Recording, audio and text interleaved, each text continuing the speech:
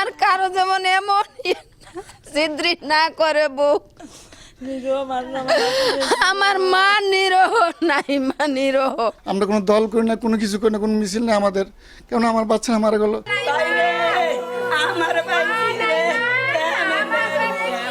স্বজনদের আহাজারিতে ভারী গোটা পরিবেশ, কিছুতেই থামছে না তাদের বুক ফাটা আর্তনাদ। জামা কাপড় হাতে নিয়ে তা দেখছেন আর কান্নায় ভেঙে পড়ছেন। কেউ আবার সান্ত্বনা দিতে গিয়ে নিজেই আবেগ আপ্লুত হয়ে পড়ছেন। পড়াশোনার জন্য রাজধানী ঢাকার উত্তরার একটি বাড়া বাসায় মায়ের সঙ্গে থাকতেন চাঁদপুরের মতলব উত্তরের আমুয়াকান্দা উত্তরপাড়ার বাসিন্দা নাইমা সুলতানা। তবে পড়াশোনা আর শেষ করতে পারলেন না তিনি। গুলিবিদ্ধ হয়ে অকালে প্রাণ দিতে হলো তাকে। গত 19 জুলাই বাসার 4র্থ তলার বারান্দায় দাঁড়িয়েছিলেন স্কুল ছাত্রী নাইমা সুলতানা। এই সময় হঠাৎ মাথায় গুলি লেগে প্রাণ হারান তিনি।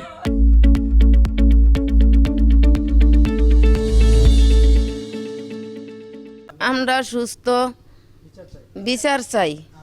আর জানি মায়ের বুক, কারো মায়ের বুক জানে খালি না হয়। বারিন্দার ভিতরে উকি দিছিল স্যার, তেলার ভিতরে আসিল স্যার, বারিন্দা উকি দিছারি গুলিটা করছে আমার নাতিনের মাথা, লোক লোক ওইরে গেছে আমার নাতিনের মা কই মা এই বলছে, আর কিছু বলতে পারে না স্যার। আমার ভাই যে মেধার ছাত্র ছিল, কত কষ্ট করছে গো আমার ভাইয়ের আইন্দা ভাতও খাইছে। অনেক ভালো, অনেক ভদ্র, অনেক সভ্যশান্ত মেয়ে ছিল। একটু নিরপরাধ মেয়ে এইভাবে মারা যাওয়াটা এটা ফ্যামিলির জন্য অত্যন্ত বেদনাদায়ক বিষয়টা। আমরা কেউ মেনে নিতে পারছি না। এর বিচার কি হবে এবং এর জবাবদিহিতা আসলে কে করবে। স্বজনদের অভিযোগ, আন্দোলন সংগ্রামে যোগ দেয়নি নাইমা, তারপরও প্রাণ দিতে হলো তাকে।